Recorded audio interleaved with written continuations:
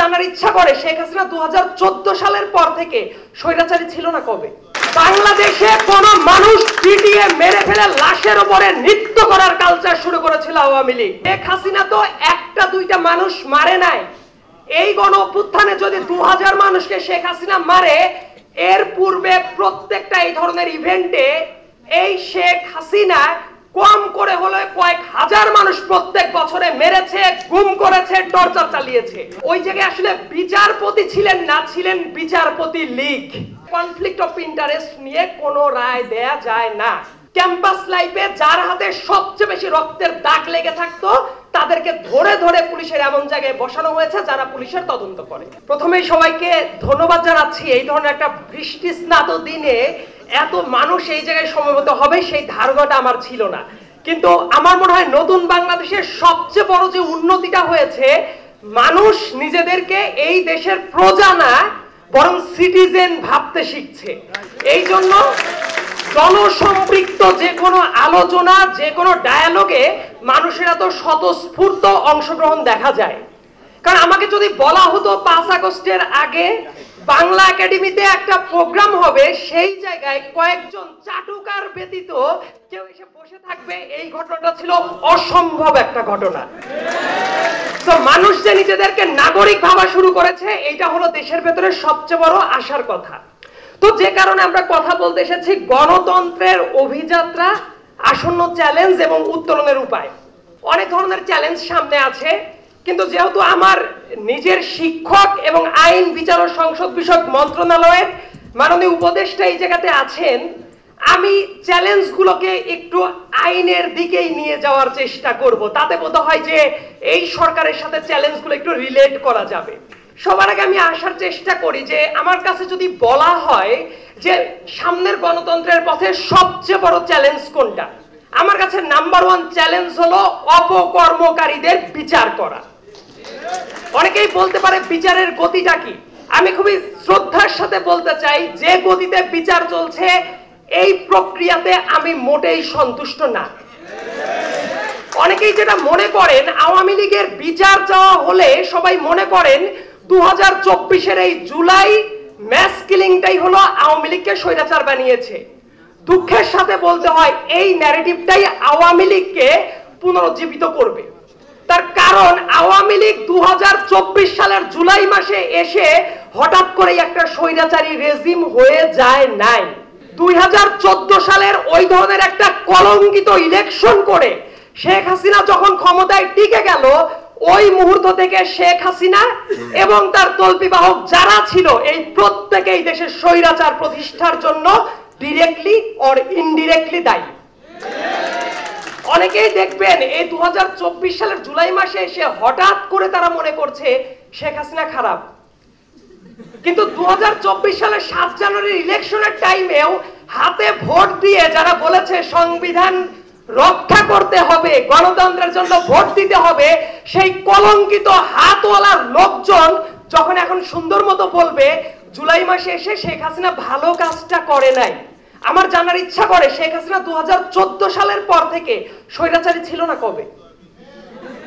তার মানে যদি বিচার করতে হয়, আমরা দেখেন আলোচনাটা যে জায়গা থেকে শুরু করি, আলোচনাটা শুরু হয় পিলখানা ট্র্যাজেডি থেকে, অথবা কেউ আলোচনাটা শুরু করে শাপলা চত্বর থেকে। একটা ঘটনার কথা সবাই ভুলে যায়। লগি বৈঠা আন্দোলনে 2006 সালের অক্টোবর মাসে বাংলাদেশে কোন মানুষ পিটিয়ে মেরে ফেলে লাশের উপরে নৃত্য করার কালচার শুরু করেছিল আওয়ামী লীগ। এই ধরনের নৃশংস একটা ঘটনা যখন সবাই ভুলে যায়, আমার মনে হয় আমাদের জায়গা থেকে সেটা মনে করিয়ে দেওয়ার দরকার আছে। সেই লগি বৈঠা আন্দোলন, পিলখানা ট্র্যাজেডি, এরপরে শাপলা চত্বর এবং মানুষকে ভুয়া জঙ্গি কেসের আসামি করে নিরীহ মানুষকে মেরে ফেলার কালচার।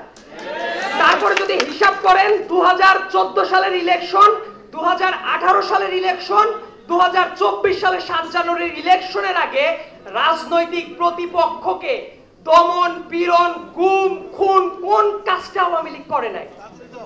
এই ধরনের প্রত্যেকটা ঘটনা এবং লাস্টে এসে এই জুলাই গণ অভ্যুত্থান।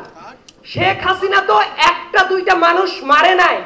এই গণ অভ্যুত্থানে যদি 2000 মানুষকে শেখ হাসিনা মারে, এর পূর্বে প্রত্যেকটা এই ধরনের ইভেন্টে এই শেখ হাসিনা কম করে হলে কয়েক হাজার মানুষ প্রত্যেক বছরে মেরেছে, গুম করেছে, টর্চার চালিয়েছে।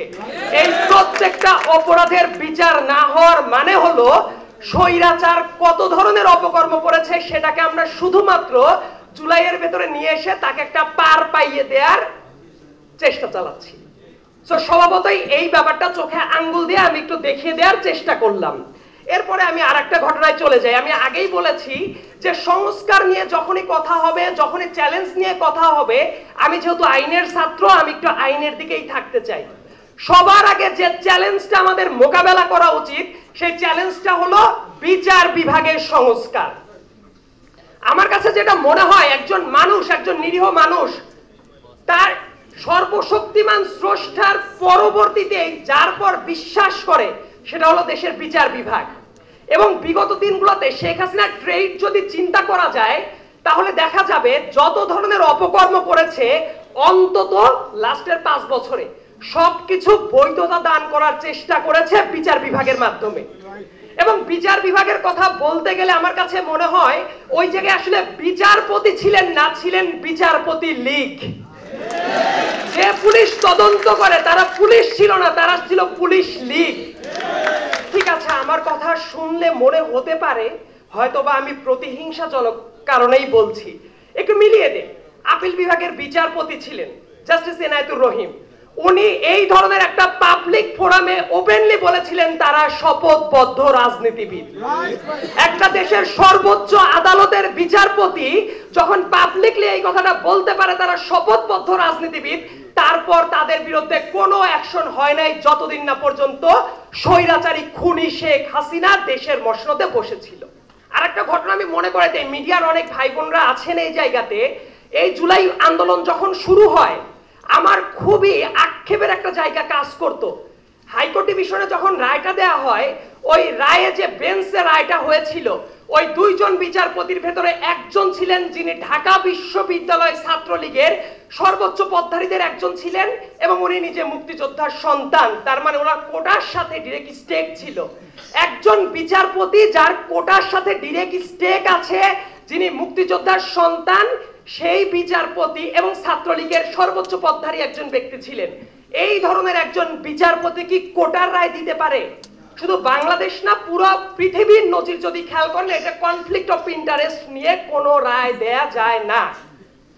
তো আমি তো তখন দেখতে চেয়েছিলাম আমাদের দেশে এত সুশীল, এত টকশোজীবী, এত শিক্ষক, এত জ্ঞানীগুণী মানুষ, এত মিডিয়া, একটা মিডিয়াও কি এই প্রশ্ন তখন করতে পারে নাই যে এই যে বিচারপতি রায়টা দিচ্ছে তার তো লেজিটিমেসি নাই এই রায়টা দেওয়ার জন্য? দেখেন সেই ঘটনা কিন্তু ঘটে নাই। সো বিচার বিভাগের কথা যদি একটু সাইডেও রাখি, ওই যে শপথবদ্ধ রাজনীতিবিদের মতো বিচারপতি এবং যারা মামলার তদন্ত করে পুলিশ, বিগত 10 বছরে পুলিশে যত নিয়োগ হয়েছে প্রত্যেকটা রায় যদি আলাদা করে খুঁজে খুঁজে দেখা যায়, প্রত্যেকটা নজির যদি দেখা যায়, দেখবেন ছাত্রলীগের সবচেয়ে যে বড় সন্ত্রাসী ক্যাম্পাস লাইফে যার হাতে সবচেয়ে বেশি রক্তের দাগ লেগে থাকতো তাদেরকে ধরে ধরে পুলিশের এমন জায়গায় বসানো হয়েছে যারা পুলিশের তদন্ত করে। তো এই জায়গাগুলো কি চেঞ্জ হয়েছে?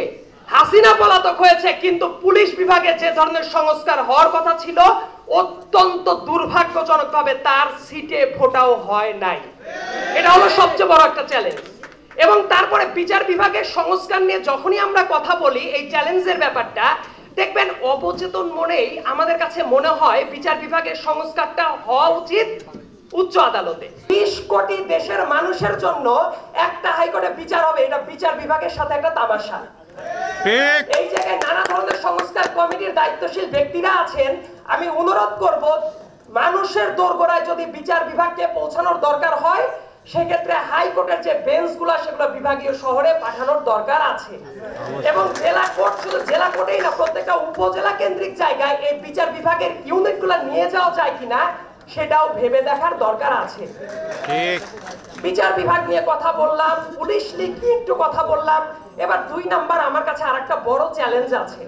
বাংলাদেশে দেখবেন নানা ধরনের সংকট নিয়ে যখন কথা হয়, পুলিশ নিয়ে কথা হয়, আর্মি নিয়ে কথা হয়, ক্ষমতায় যারা আছে তাদের নিয়ে কথা হয়, এবং প্রত্যেকটা জায়গায় একটা গুরুত্বপূর্ণ এন্টিটি তার দায় মুক্তি পেয়ে যায়। এবং নির্বাচনের দুর্দিনেও তাদের জন্য 200টা দামি গাড়ির বিলও পাস হয়ে যেতে থাকে। সচিবালয় নিয়ে কেউ কথা বলে না সাধারণত, অথচ বাংলাদেশকে যদি ঠিক করতে হয় সবার আগে নজর দেওয়া উচিত সচিবালয়ের উপর। কারণ ওই এসি রুমে বসে থেকে তারা জনগণের সাথে স্রেফ তামাশা করতে থাকে। প্রত্যেকটা দাবি দেওয়া বলেন, জনঘনিষ্ঠ অধিকারের কথা বলেন, তাদের কিন্তু দায় হয় না, দায়টা হয় সরকারের। কিন্তু সরকারকে পেছন থেকে ফুয়েলিং করে যারা, তাদের দেখবেন কোনো জবাবদিহিতা নাই। এবং রাষ্ট্রের ওই যে চ্যালেঞ্জগুলো নিয়ে আমি প্রথমে একটা চ্যালেঞ্জ বললাম, আমার কাছে মনে হচ্ছে 2 নাম্বার চ্যালেঞ্জ হলো সচিবালয়ের দিকে নজর দেয়া এবং সচিবালয়কে পারফেক্টলি মানে সিটিজেনদের উপযোগী করে গড়ে তোলা। আর একটা চ্যালেঞ্জের জায়গা আছে সামনে, এই জায়গাটা নিয়ে কথা বললে অবশ্য অনেকেরই মন খারাপ হয়ে যেতে পারে। আমি সবসময় বলি, বাংলাদেশে বিগত কয়েকদিন ধরে এই যে এডিটর্স গিল্ড নিয়ে কথা হচ্ছিল, তো এডিটর্স গিল্ড তো শুধু একা না, একটা ফোরাম ছিল এডিটর্স গিল্ড, মিডিয়া লীগও তো ছিল, সুশীল লীগও তো ছিল। এই মিডিয়া লীগ এবং সুশীল লীগের কিছু ভূমিকা আমাকে উদাহরণ দিতেই হবে, তাহলে বুঝতে সুবিধা হবে। এখনো দেখবেন মিডিয়ার বুকে লেখা হয় শেখ হাসিনা দেশ ত্যাগ করেছেন, মানে এত নান্নামুন্না ভাবে এত ভালোভাবে বলা হয় যেন শেখ হাসিনা ইচ্ছা করে ওনার ভালো লাগছিল না, কোনো একটা ফাইন মর্নিং এ ওনার মনে হলো আমি একটু দেশ ত্যাগ করে চলে যাই। পেপার, পত্রিকা, মিডিয়া, টক শো, প্রত্যেকটা জায়গায় শেখ হাসিনাকে অ্যাড্রেস করার সময় আমি দেখতে চাই খুনি স্বৈরাচারী শেখ হাসিনা দেশ থেকে পলায়ন করেছেন এবং উনি দেশে বিদেশে কিন্তু কি করেছেন, চলে যাননি। উত্তরটা হবে যে জায়গাতেই ট্যাগ করা হবে দেশ থেকে পালিয়ে যাওয়া স্বৈরাচার খুনি শেখ হাসিনা। এই কোটেশন ইউজ না করে অনেক মিডিয়ার বুকে আপনারা দেখবেন শেখ হাসিনাকে ফ্যাসিস্ট বলা যায় না, ফ্যাসিস্টের মতো উনি কাজ করেছেন, এইটাই বয়ান টপ কোস্ট মিডিয়া লেয়ারে বলা হয়। আপনারা দেখবেন আরেকটা দুর্ভাগ্যজনক চ্যাপ্টারটা কি জানেন, পৃথিবীর বুকে আমার কাছে মনে হয় কবি হলেন সেই মানুষটা যে অন্যায়ের প্রতিবাদ করতে পারে, লেখক হলো সেই মানুষটা যে আবু বকর যখন ঢাকা বিশ্ববিদ্যালয়ে মারা যাবে ছাত্রলীগের নিপীড়নে, আবু বকরের বিরুদ্ধে ওই যে প্রতিবাদ, সেই প্রতিবাদ যে লেখক তার লেখনের মাধ্যমে লিখতে পারবে, উনিই হলেন লেখক। কিন্তু বাংলাদেশের লেখক কারা ছিলেন, কবি কারা ছিলেন, পত্রিকাগুলোর এডিটর কারা ছিলেন, শুধু তাই না, বাংলাদেশে ক্রিকেটার কারা ছিলেন, বাংলাদেশে এমনকি মিডিয়ার বুকে যারা অভিনয় করে তাদের মানে চাল চরিত্রকে একটু বিশ্লেষণ করা দেখেছেন আপনারা? তারা বিগত দিনগুলোতে স্বৈরাচারের সবচেয়ে যে বড় চ্যালেঞ্জটা আছে, আমরা সবসময় হার্ড ফ্যাসিজম নিয়ে কথা বলি, আমার কাছে যেটা মনে হয় বর্তমান কনটেক্সটে সফট ফ্যাসিজমটা সবচেয়ে বড় একটা চ্যালেঞ্জ। এবং এইটাকে আমরা টার্গেট না করার কারণে দেখেন যে ঘটনাটা ঘটেছে, যারা আওয়ামী লীগ ওই যে 2014 সাল থেকেই যারা লাভের গুড় খাওয়ার জন্য আওয়ামী লীগ হয়ে গিয়েছিল, তাদের ভেতরে ন্যূনতম রিমোর্স বোধ দেখেছেন? এই যে তো হাজার হাজার মানুষকে রাস্তায় গুলি করে মেরেছে, গুম খুন নিপীড়নের সাথে জড়িত একটা দল, আমার মনে হয় নাজি পার্টির মতো যারা কাজগুলা করেছে তাদের ভেতরে ন্যূনতম রিমোর্স বোধ নাই। এই কারণে তাদের যারা বিনোদন কর্মী ছিল, তাদের যারা ক্রিকেটার ছিল, তাদের যারা কবি ছিল, তাদের যারা সাহিত্যিক ছিল, তাদের যারা পত্রিকার এডিটর ছিল, প্রত্যেকজন মানুষ এসে এমন ভাবে জাস্টিফাই করছে যেন ব্যাপারটা এমন দেশে একটা অরাজকতা ছিল, শেখ হাসিনা চলে গেছে, এই জায়গাতেই তারা আছে। কিন্তু এত বড় ম্যাস কিলিং করে যাওয়া একটা দল, তাদের লেজিটিমেসি নিয়ে তারা এখনো দেখবেন প্রশ্ন তুলতে ঢাক ঢাক গুড়গুড় করতে থাকে। এবং এই জন্য আমরা বলি, দেখবেন রাজপথে যারা আন্দোলন করেছে, সংগ্রাম করেছে, এমন অনেক মানুষকে অনলাইনে ট্রলিং করার চেষ্টা করা হচ্ছে। আমি সবসময় বলি, এই সরকার যেটা আছে তাদের কাছ থেকে দায়বদ্ধতা আদায় করে নেওয়া দায়িত্ব আমাদের দেশের জনগণের। কিন্তু একটা জিনিস মাথায় রাখা দরকার, আমাদের সমালোচনাটা যাতে ওই আফসোস লীগ আর পতিত স্বৈরাচার লীগের ফুয়েল না যোগায়, এই ব্যাপারটা নজরে রাখার দরকার।